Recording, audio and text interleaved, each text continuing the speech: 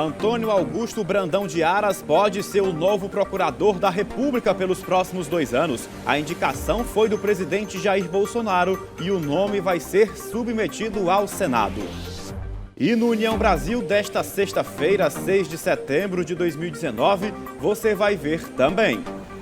Carrinho de compras, cesta básica de Fortaleza fica 7% mais barata. Trânsito, Justiça Federal do Ceará suspende a aplicação de multas por vídeo monitoramento. Semana da Pátria, escolas vão às ruas nos tradicionais desfiles da independência do Brasil. E ainda, beira-mar da capital cearense atrai turistas e fortalezenses. E na pauta é política, a crise diplomática entre Brasil e França e as queimadas na Amazônia. Isso e muito mais a partir de agora aqui no União Brasil, que já está no ar.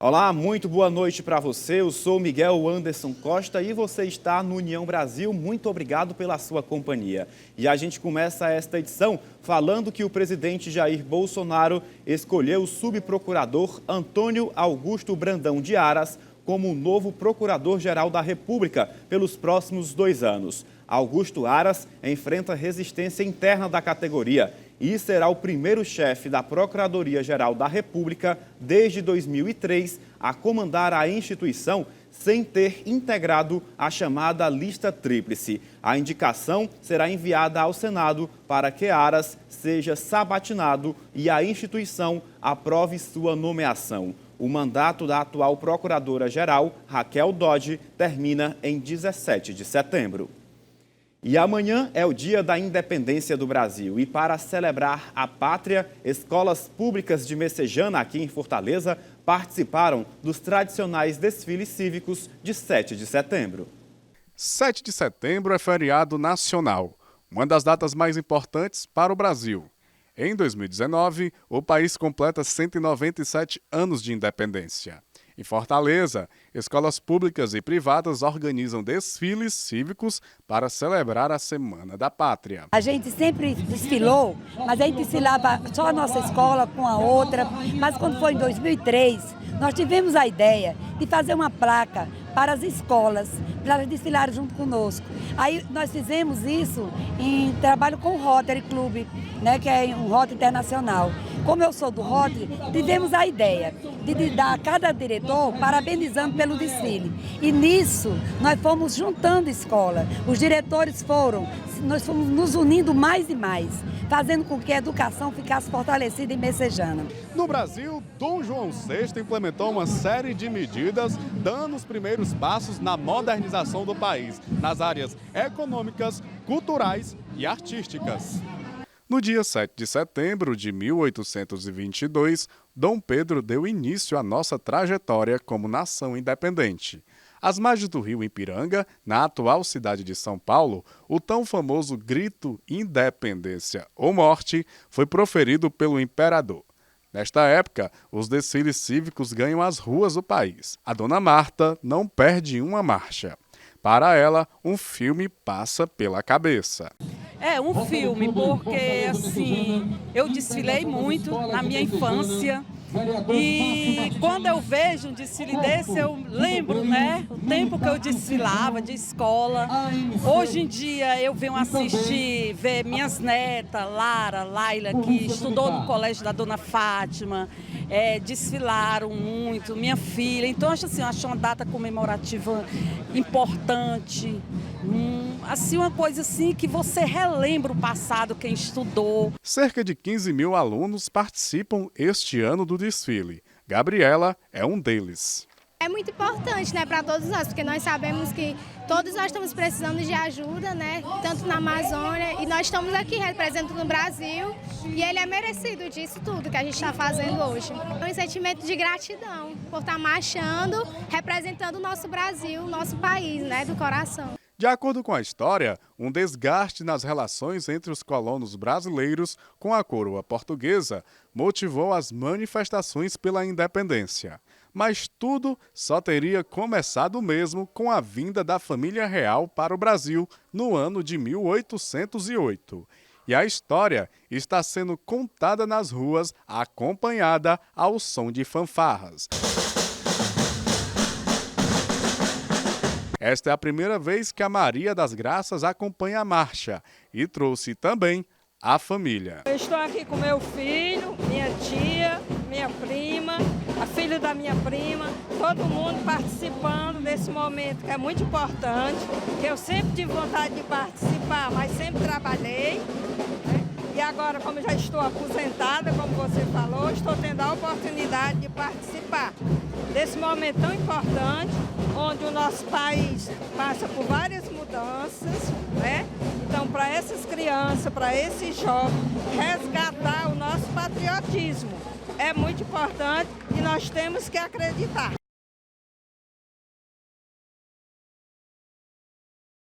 E devido à celebração do Dia da Independência, alguns serviços e estabelecimentos devem fechar ou ter mudanças nos horários de funcionamento em Fortaleza. Na tela aí para você.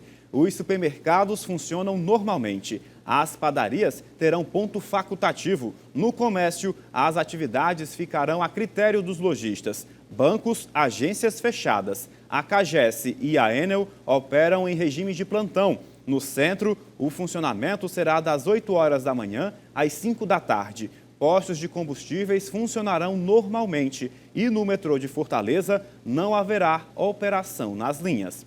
O funcionamento será normalizado em todos os serviços já na próxima segunda-feira.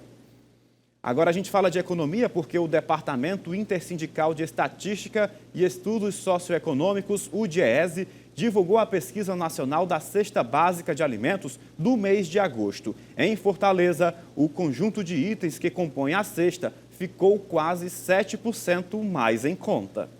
Existem alimentos que não podem faltar na mesa do consumidor, segundo o Departamento Intersindical de Estatística e Estudos Socioeconômicos, conjunto de 12 produtos analisados por meio da Pesquisa Nacional de Cesta Básica de Alimentos. Isso é uma pesquisa já que tem muito tempo, no Ceará tem desde 85, e ela é um dos parâmetros importantes para medir a condição de renda das famílias. A pesquisa realizada pelo departamento envolve 17 capitais no país. A média de gasto nesses 12 produtos foi de aproximadamente R$ 410,08 no mês de agosto. A pesquisa monitora basicamente o preço de alimentação no domicílio e ela mostra exatamente o peso que essa despesa tem no orçamento das famílias, principalmente das famílias de baixa renda. Em Fortaleza, a pesquisa apontou baixa de 6,96% se comparado ao mês de julho deste ano. Fortaleza é a mais cara da região Nordeste, teve a segunda maior variação e isso é uma coisa que preocupa, porque o Ceará tem uma das menores rendas e isso faz com que as despesas de alimentação pesem mais no orçamento das famílias, o que dificulta você fazer gasto com outras dimensões da vida. Segundo o DIEESE, a queda consecutiva nos preços desses produtos ainda não entra no bolso do consumidor brasileiro, que ganha um salário mínimo. Nós calculamos também quanto seria o salário mínimo necessário para uma família padrão de 2 adultos e 2 crianças, conforme reza a legislação brasileira, que no caso do mês de agosto ficou em R$ 4.044,58. O salário mínimo está bem longe desses 4 mil e pouco, não é verdade? Então, resta ao pai de família fazer aquele malabarismo para levar a alimentação para a mesa de casa. E a fiscalização por vídeo monitoramento em Fortaleza foi suspensa pela Justiça Federal no Ceará. Quem tem as informações para a gente é Jonas Carvalho, direto da nossa redação de jornalismo. Boa noite, Jonas. Olá, Miguel. Boa noite a você e a todos que acompanham o União Brasil. Estão suspensas as multas geradas desde ontem por meio do sistema de videomonitoramento no trânsito de Fortaleza. A decisão foi tomada pela primeira vara federal do Ceará. Enquanto novas infrações não podem ser registradas, ainda não há definição sobre penalidades já aplicadas. O caso agora será julgado em segunda instância no Tribunal Regional Federal da 5ª Região em Pernambuco. Órgãos de trânsito já estão impedidos de aplicar penas a infrações cometidas no interior de veículos. Como fundamento da decisão, O órgão justifica que o sistema, que tem alcance de até 400 metros de distância, com zoom 20 vezes maior que o normal, representa uma violação à legalidade, intimidade e à privacidade dos condutores. Eu volto com você aí no estúdio. Obrigado, Jonas, pelas suas informações. Bom trabalho para você. Lembrando que essa decisão pode ser revertida a qualquer momento, já que o Tribunal Regional Federal da 5ª Região vai julgar outro mérito sobre essa questão. Em instantes, o noticiário internacional. A seguir, a pauta é política e a crise ambiental e diplomática entre Brasil e França. Não saia daí, a gente volta já já.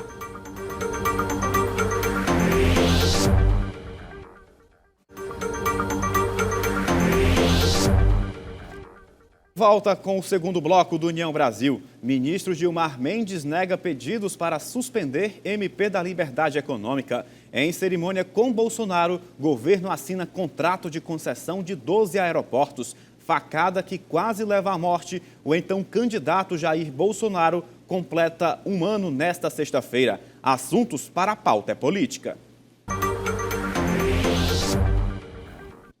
As 3 empresas que venceram em março o leilão para a concessão de 12 aeroportos, divididos em 3 blocos regionais, assinaram nesta sexta-feira os contratos com o governo. Os documentos foram assinados de forma simbólica em cerimônia no Palácio do Planalto, com a presença do presidente Jair Bolsonaro, por representantes das empresas e pelo diretor da Agência Nacional de Aviação Civil, a ANAC, Juliano Noman, e o ministro da Infraestrutura, Tarcísio Gomes de Freitas.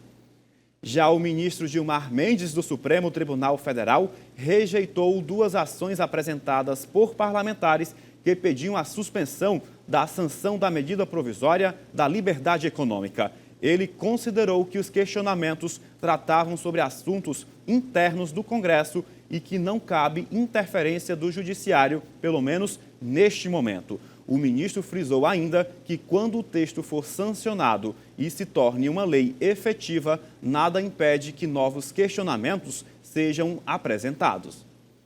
A facada que o então candidato Jair Bolsonaro levou durante um ato de campanha em Juiz de Fora, em Minas Gerais, completa um ano nesta sexta-feira. Atingido na barriga, o presidente passou por 3 cirurgias de lá para cá. Somou ao todo 30 dias internado. Uma 4ª operação está marcada para este domingo. O autor do atentado é Adélio Bispo de Oliveira, que esfaqueou Bolsonaro na barriga no momento em que o presidenciável era carregado nos ombros de apoiadores no centro da cidade mineira. O agressor afirmou à Polícia Federal ter agido sozinho após ouvir o que disse ser um chamado de Deus.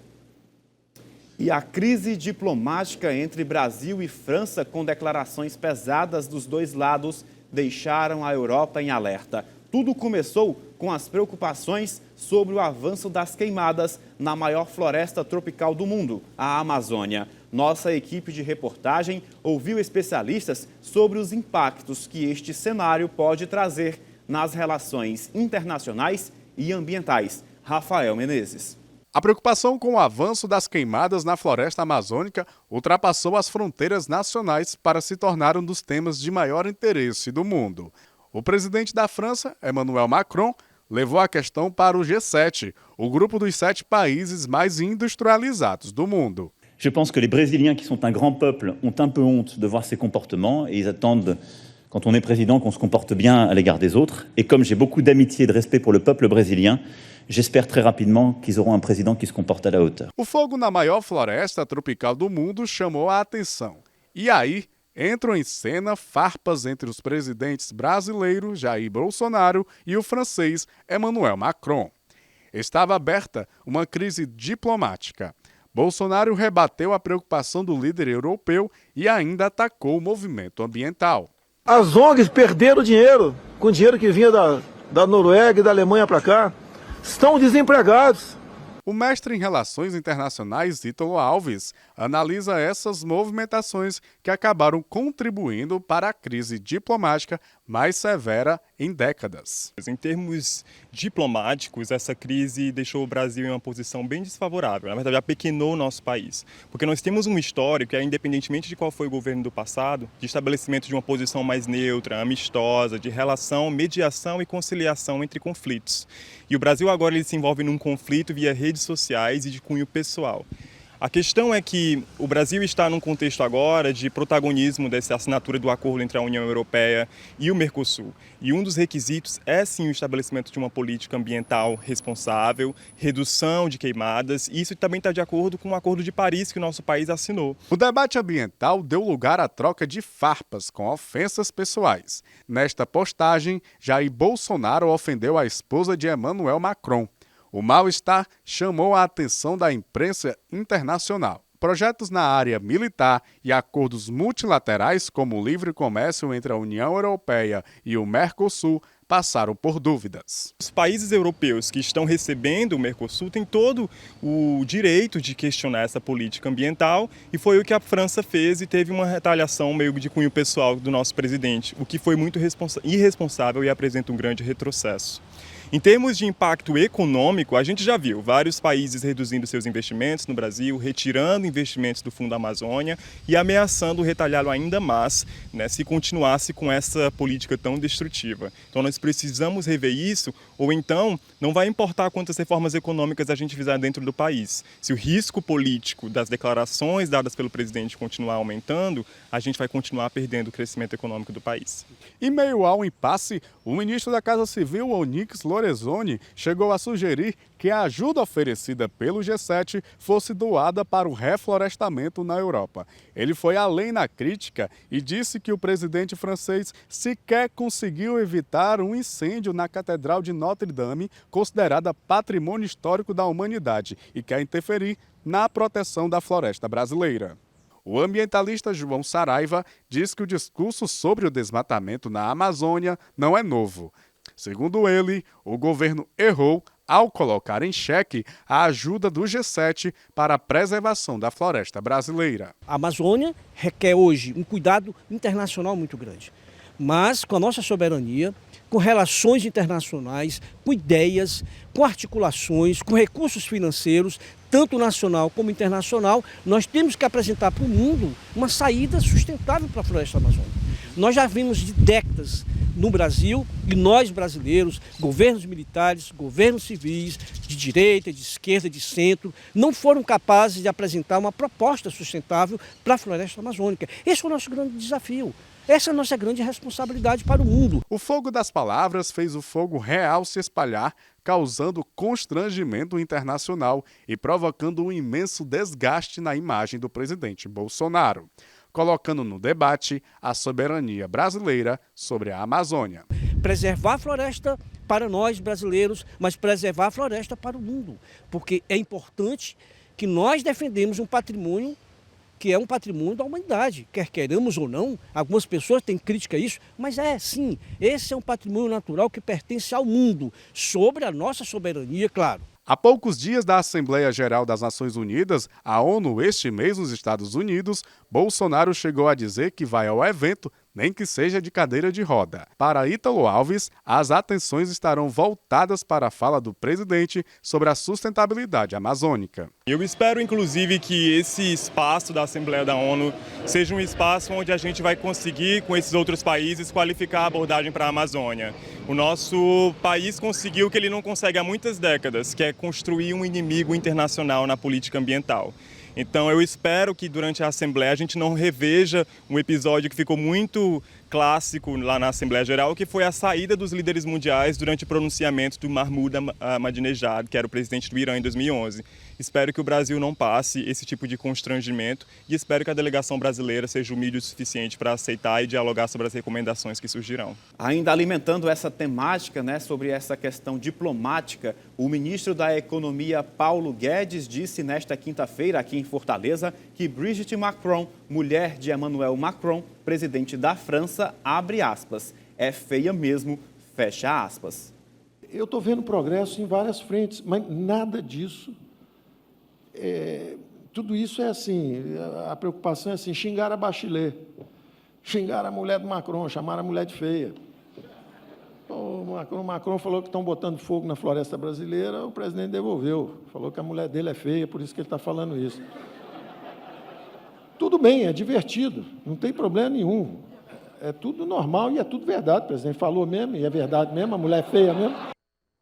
Por meio de nota, o ministro Paulo Guedes pediu desculpas pela brincadeira aqui em Fortaleza. De acordo com a assessoria do Ministério da Economia, a intenção dele foi ilustrar que questões relevantes e urgentes para o país não têm o espaço que deveriam ter no debate público. O texto diz ainda que não houve qualquer intenção de proferir ofensas pessoais à primeira-dama francesa, Brigitte Macron. E domingo é dia de Contexto Geral aqui na TV União. Esta semana o programa entrevista o secretário da Casa Civil do governo do Ceará, Elcio Batista. Contexto Geral entrevista o secretário da Casa Civil do governo do estado do Ceará, Elcio Batista.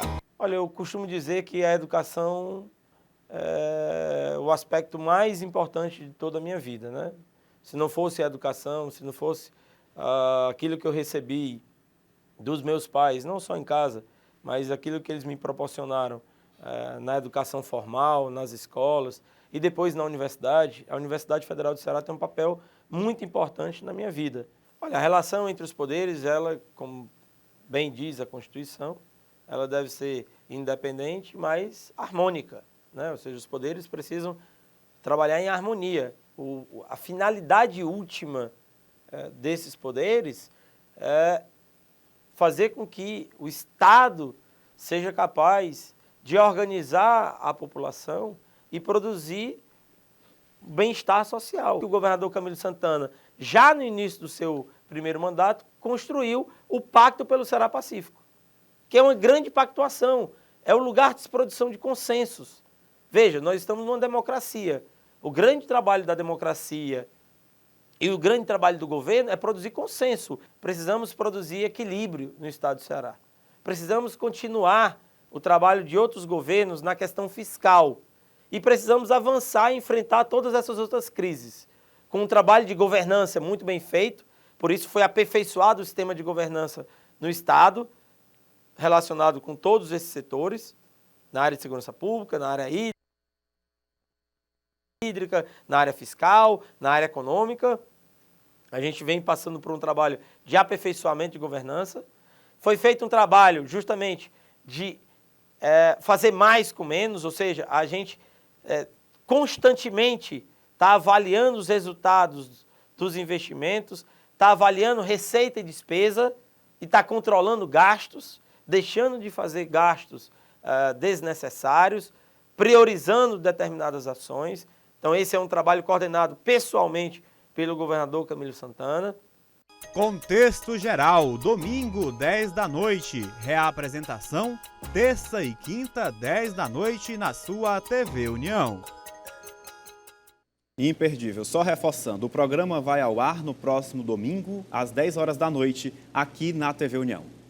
E veja a seguir, opções de lazer na Avenida Beira-Mar de Fortaleza. E tem ainda o nosso Giro pelo Mundo. O União Brasil volta já já.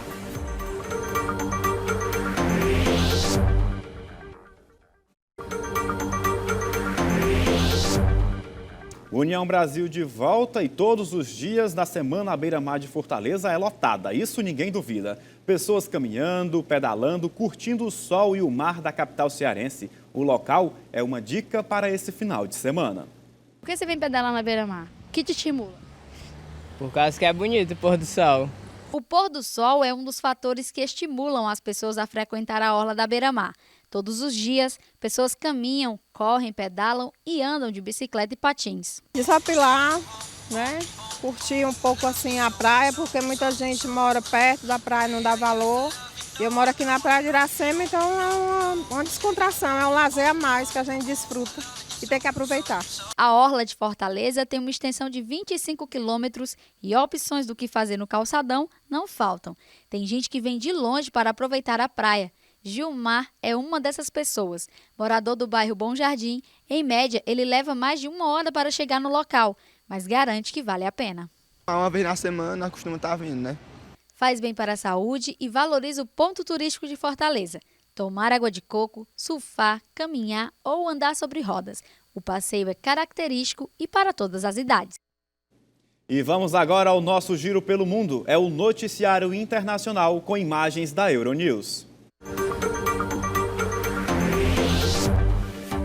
Dorian continua avançando sobre os Estados Unidos. O furacão atingiu a Carolina do Norte e do Sul, além de parte da cidade histórica de Charleston ficou alagada. Na noite desta quinta-feira, o centro do furacão estava a cerca de 75 quilômetros de Myrtle Beach, na Carolina do Sul. A força do Dorian oscilava entre a categoria 2 e 3 da escala Saffir-Simpson e registrou ventos de mais de 160 quilômetros por hora. Foi declarado estado de emergência, escolas foram fechadas, abrigos foram abertos e a Guarda Nacional colocada em estado de alerta.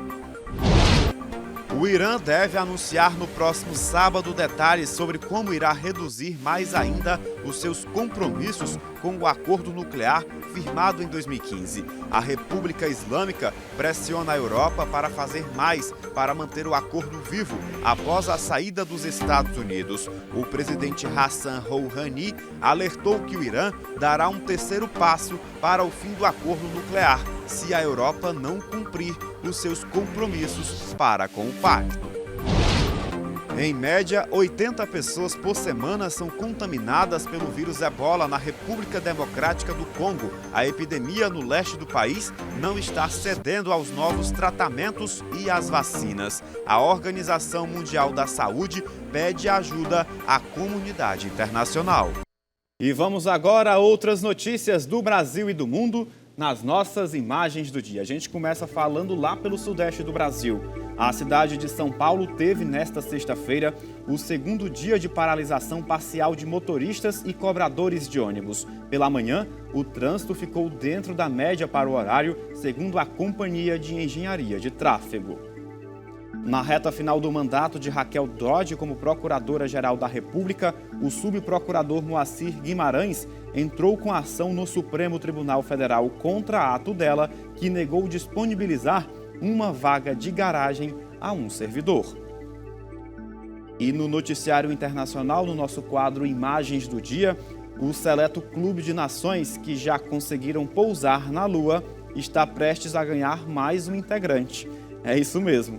A qualquer momento, a Índia deve pousar seu módulo de exploração lunar após mais de uma década de preparação.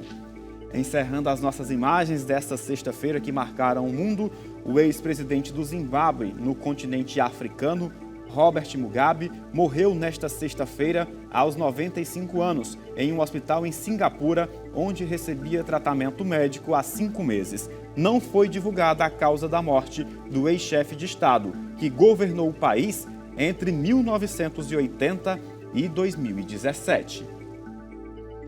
E fica por aqui a edição desta sexta-feira. A seguir tem a reapresentação do programa Da Hora com Roberto Pires, Walter Bardavil e convidados. E logo mais às 9h30 tem a reprise do nosso telejornal. Você também pode fazer União Brasil com a gente. É isso mesmo. Envie sua sugestão de reportagem para o e-mail jornalismo@redeunião sem o tio, certo? .com.br. E para você do estado do Rio Grande do Norte, você fica agora com o Jornal Aqui Notícias, da TV União Natal. Uma ótima noite, um excelente final de semana e até segunda-feira. União Brasil, informação além da notícia.